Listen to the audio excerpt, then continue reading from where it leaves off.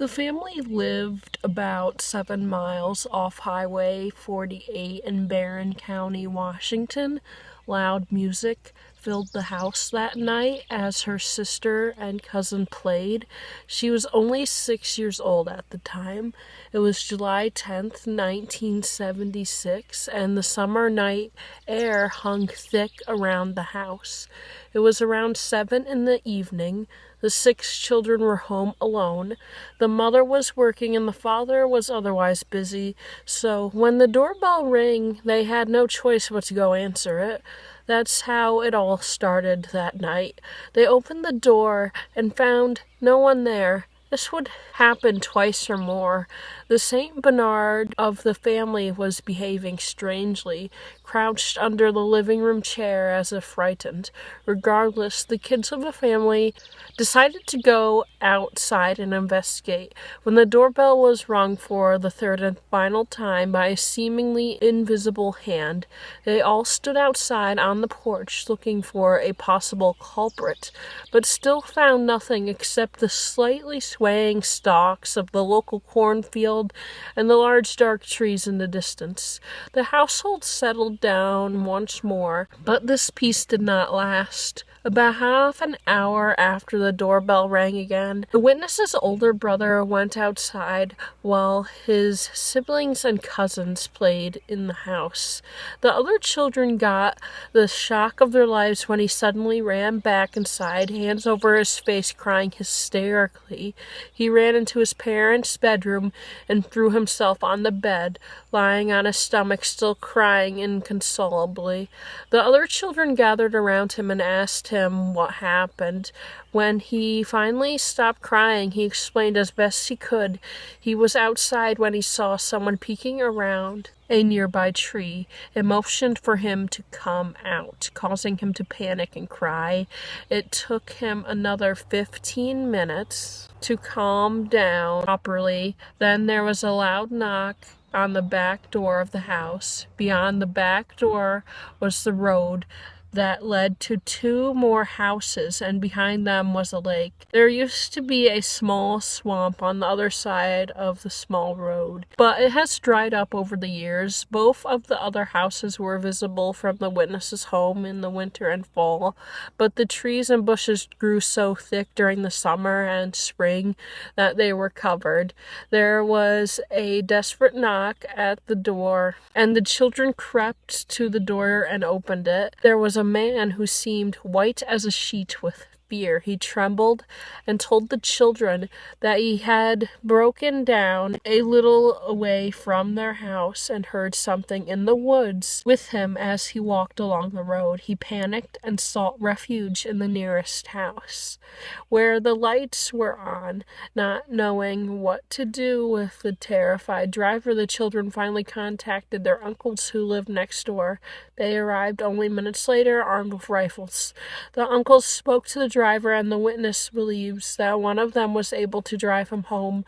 When the driver got home, the uncles went outside to look around. The cousin of the witnesses and her oldest sister also volunteered to help in the search. As soon as they opened the door, the family Saint Bernard did everything it could to put himself between them and the outside. It growled and stood until the girls backed away from the door, at which point the dog ran into the house, now allowing the girls to go out. They stood outside on a small forest path that led down the road from the back door of the house. This was the road the driver took to get to the house. The family lived on top of a hill, and at the bottom of the hill, the 4 children could see what they at first thought was a stump until it moved and turned towards them. The witness remembers her cousin saying it had red eyes, although she doubts this in her own report. Frightened, the children immediately returned back inside, but the cousin, apparently letting her own curiosity get the better of her, left the house again through the back door and went around to the front of the house. When she got around the corner, she looked up towards the uncle's garage and saw something peeking around the wall and looking towards the house. At first, she thought it was one of the other cousins in the family, but then he realized it had a conical head. That's when she ran away in terror. The uncle's family put the 3 youngest children to sleep, including the witness and her sister and their youngest brother. It was now around 11 p.m., but the girls couldn't sleep. They literally trembled with fear and did not even dare to look out the window above their brother's crib, fearing that something would be there. Unfortunately, this fear would not be unfounded. A large figure passed the window and the girls panicked. They lay in the bed waiting for their parents to come home. When the parents finally arrived, the children and uncles immediately told them what had happened. Their mother called a spirit guide to check out the situation, and he said there must have been 3 beings there that night. Apparently, one of the creatures may have lost one of their children and was looking for a boy to kidnap as replacements. A total of 5 of the 6 children in the house that night saw something that they couldn't explain. The witness speculates that the uncle probably also saw the creature, but he never told them about it. And one of them passed sometime before 2001. She said there were other incidences around the property between 1996 and 2001 when she submitted her story. So Bigfoot rang their doorbell. Jill was only 5 years old when she and her parents went to visit her cousins in the Catskill Mountains for a week in the mid-1940s. Her aunt lived in a large house right next to the road, surrounded on 3 sides by a dense forest, where the children were told never to go for fear of getting lost. Her parents enjoyed tea on the front porch while she and her 3 cousins played in the backyard. Jill saw butterflies flying near the fish pond. She ran after them, leaving the others behind, following the beautiful insects into the forest. She soon lost sight of the butterflies and realized that she had ventured too far into the forest. She couldn't find her way back to the house and was beginning to panic. The family soon realized that Jill was missing and they began searching. By late afternoon, more than 40 people from the area had joined their ever-growing effort, but no one had found a trace of the missing 5-year-old. At this point, dusk was approaching, and although the searchers called Jill for hours, they never heard a response. Her parents were hysterical with panic. But deep down, they knew nothing could be done for their daughter until morning. Just as the search party prepared to go home, Jill slowly emerged from the forest with a smile on her face. She ran to her mother and explained what had happened to her, her eyes full of wonder. She was watching the butterflies float among the trees when she lost them. She found herself lost too. As she tried to find her aunt's house, she only found herself wandering deeper and deeper into the seemingly endless forest. Sometime when she sat down to rest for a moment, she heard people calling her name, but they seemed very far away, and when she tried to walk towards the voices, she only became confused. Tears streamed down her cheeks as the sky darkened. She came upon a small clearing with a fallen tree. She sat down and began to eat the candy in her pocket that she remembered. The clearing was eerily quiet, and the only sound she could hear was the wind blowing through the trees. Then she looked up to see 2 small figures, what she described as dolls, standing near a rock. These small humanoids were dressed in bright green clothes, wore small hats, and had wavy silver hair that reached past their shoulders. She smiled at her new companions and offered them candy, but the creatures did not respond to the gesture. With tears in her eyes, she asked the dolls if they knew where her aunt's house was, and presumably to her shock, they nodded as if they understood what she meant.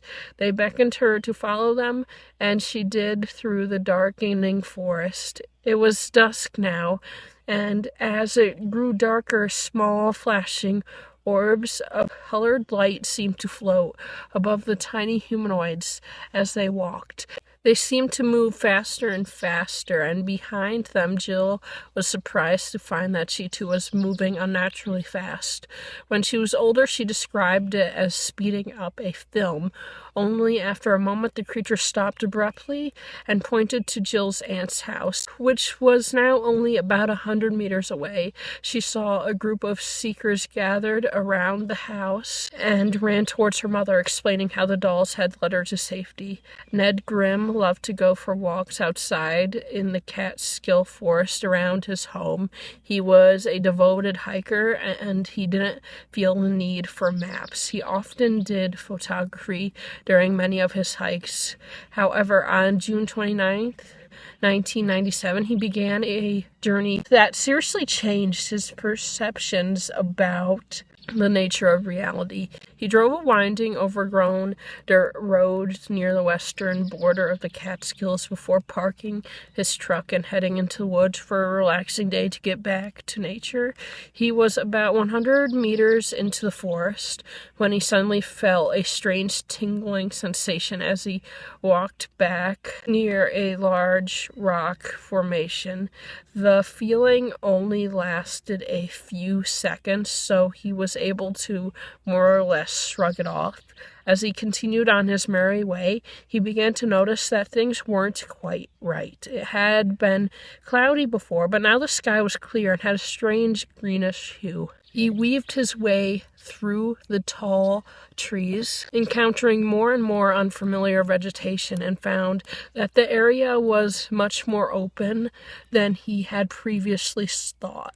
Soon he came to huge granite cliffs where he could swear he had not seen this before. A narrow winding canyon cut through these monolithic rocks, and Ned decided to follow this rocky path to get a better view of his surroundings, thinking he must be lost. He walked down this canyon for a few minutes until he heard the eerie music around the next turn. Pressing against the granite wall and crawling forward, he looked around the bend. 4 small humanoids sat on large rocks near the small waterfall, playing unearthly music on flutes.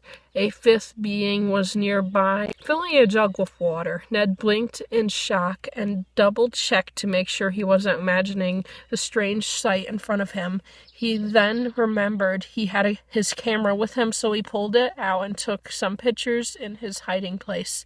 A few moments later, the group was joined by a 5th little man, now a pitcher full of clear water, and the group retreated up the hill and out of sight. Convinced he had evidence of the disturbing experience, Ned continued his hike through the strange landscape, walking for about an hour until he noticed his truck in the trees. At that moment, he again felt a strange tingling coming into him, and when the feeling left him, he now saw that the sky had clouded over again. Turning around, he noticed that the surroundings now looked familiar. He felt that he had been gone for about 3 hours, but looking at his watch, he realized it had only been half an hour since he had left.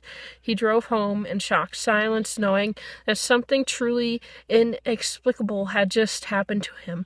His wife, of course, did not believe a word he said about it, and although he had managed to obtain indisputable evidence of his experience during the development of the film, the photographs that had to contain the little men showed a collection of green-hued, hazy shadows.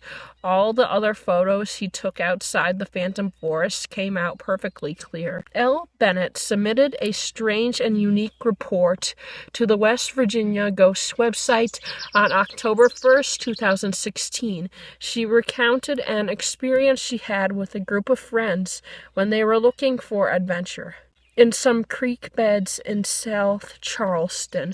All of the friends in question apparently told her stories similar to what they would encounter that day at that site, but apparently she wasn't expecting anything terrifying to happen that day.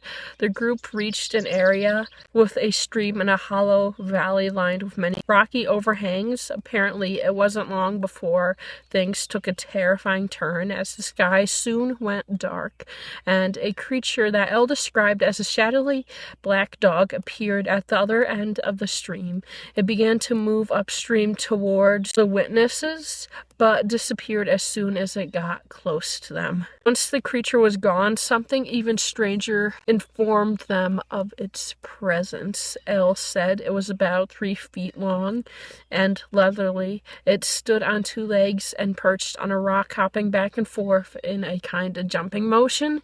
It had dark skin and disproportionately long and thin limbs, as well as a rabbit's head and long ears. It had fingers and toes on its hands and feet, which were also described as grotesquely slender like its limbs. As the strange bunny man hopped back and forth on the rock, the group somehow became transfixed to it and didn't notice another of the same creature creeping up to the truck right next to where they were standing. They only managed to come out of their trance when the other creature was about 3 feet away from where they were. Its eyes glowed a horrible red color. Terrified by the creature being so close to them, the group immediately piled into the truck and drove off. Elle's friends were alarmed by the experience despite having apparently had similar encounters before. They explained this was the only time when the creatures seemed to be humanistic and so large. They said the creatures in this part of the forest were usually only 6 inches tall and resembled shadowy black shapes that zipped around like they were flying. She decided to write on the website in hope that other people would know what these creatures are. Only one person responded. That person was Eric Delancey, responding to Elle's story on Facebook. He said that at first he thought what he saw must have been a jackrabbit because it was too tall to be a rabbit. That is, until it stood on 2 legs and started walking. He tells his story. He was on his way home from work one night when he decided to stop at a local bridge that was near his house. He did this every night, usually throwing rocks into the stream below to clear his head after a stressful day at work. But something just fell off that night. The air was apparently completely still, which he thought was strange for West Virginia. He heard nothing but the flow of the stream, and his instincts told him to get back in the truck and get home quickly. Apparently, ignoring his intuition, he decided to throw some stones into the stream before suddenly noticing something moving. He stared at it and began to try to discern what it was as his eyes adjusted to the darkness. Eric had brought a flashlight. He illuminated the creature, revealing its form crouching over the stream. It appeared to be eating. Eric says he doesn't really want to know what it ate, but he does know that when the flashlight beam hit the monstrous creature, it immediately looked up from its prey and stared at him. Its eyes were almost fluorescent green, and Eric described them as piercing his skin. He will never be able to unsee those eyes. He says that he often dreams about that night, waking up in tears and covered in sweat.